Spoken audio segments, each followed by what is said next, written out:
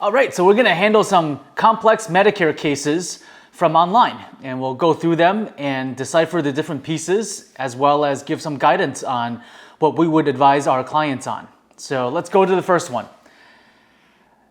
The first one is need help, please, on SSDI and turning 65. So the context is I have been on SSDI since 2016 and on Medicare Part A since 2018. So that means that somebody on SSDI is on disability. So somebody who is disabled, collecting Social Security disability insurance for 24 months, they're eligible for Medicare, even if they're under the age of 65. Now, in this case, this person is on also their spouse's employer plan. So let's see, there are a lot of issues with coordination. So let's see what the issue is. So on spouse's insurance, while dealing, I'm guessing that's delaying Part B due to better and cheaper private coverage.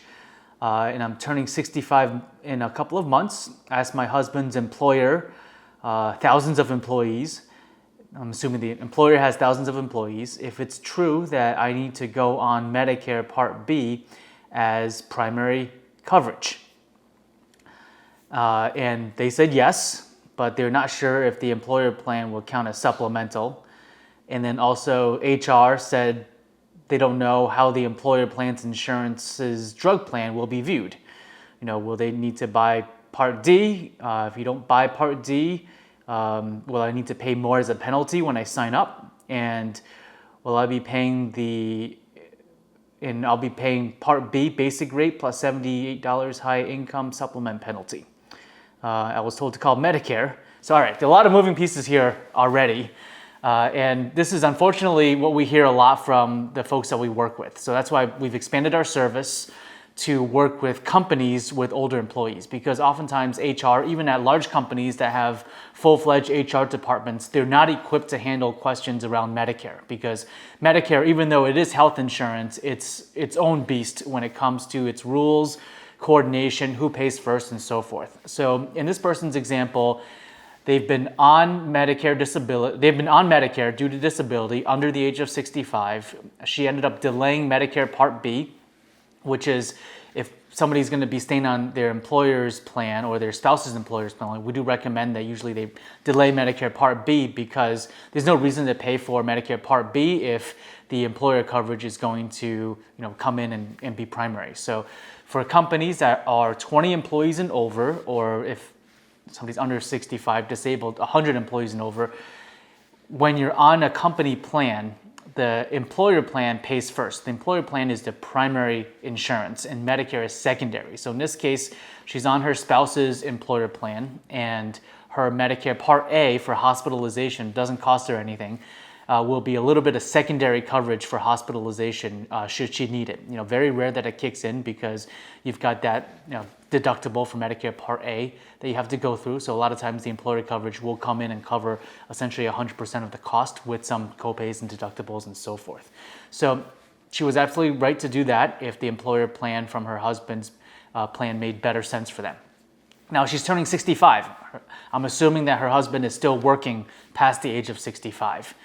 In this case, if he's going to be working past age 65, they're both eligible for company benefits, because just because somebody's working past age 65 for a large company in this case doesn't mean that they have to go on Medicare. So as the individual, she can choose whether she wants to stay on her husband's plan or elect Medicare Part B and choose some type of additional coverage. The company can't force her to do so. So in this case, she said HR told her that she's got to enroll Medicare Part B. Not true. Again, company's over 20 employees and provides health insurance, unless it's ICHRA, which is another conversation. But typically, standard group plan, you don't have to sign up for Medicare Part B. You can delay Part B for as long as you want, and you sign up for it when your spouse, in this case, leaves work and comes off the group plan.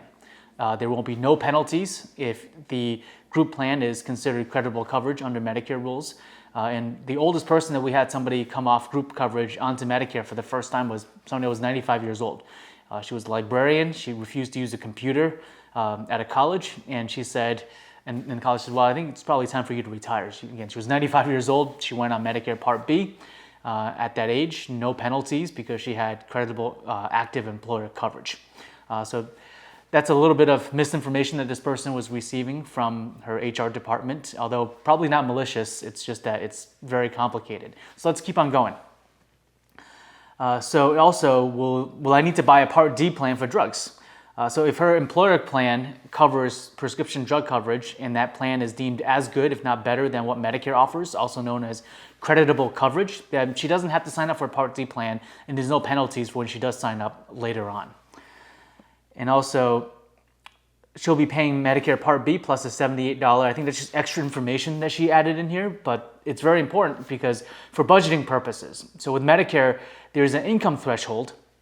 So for certain folks, making the cutoff is roughly around $100,000 for somebody that's filing single, about $200,000 for somebody that's family that's filing joint. So the more you make, the more you have to pay for Medicare Part B as well as Part D for drugs. So that's something to be wary of, especially if you're working past 65, if you're making a good income, or if you've saved well for retirement and you're going to be drawing down on assets and they're counting as income. That's something to watch out for, is your Medicare cost may be higher than the average cost because of that income surcharge. And there's multiple tiers, about 5 tiers of surcharges, depending on how much you and your family makes. And then she said, I was told to call Medicare for additional answers. Oh boy, I can see where this is going to go. The agent did not know about the rule having to take Medicare Part B when being on SSDI, and did not know if employer insurance will count as supplemental and not just a secondary payer, and did not know if a Part D drug plan will be necessary as well. So I will now call the employer's insurance company. I am not anticipating them having correct answers or info since the others did not.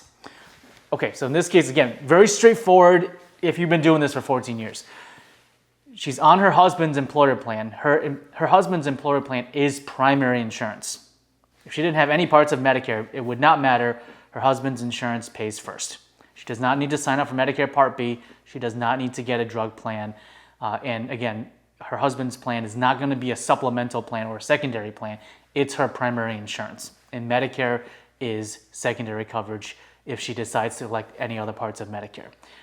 We oftentimes don't recommend that folks staying on employer coverage to elect other parts of Medicare, just because from a coordination perspective, it gets complicated because of situations like this. The person who's billing doesn't know which is what and says, oh, Medicare should be primary, and then bills Medicare. Medicare says, no, we should be secondary. We denied this claim.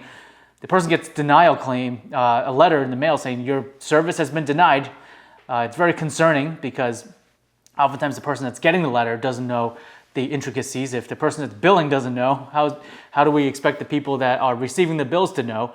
And then they'll oftentimes call the employer and the employer says, well, I don't know, just call your insurance company or call Medicare, and they go on this infinite loop.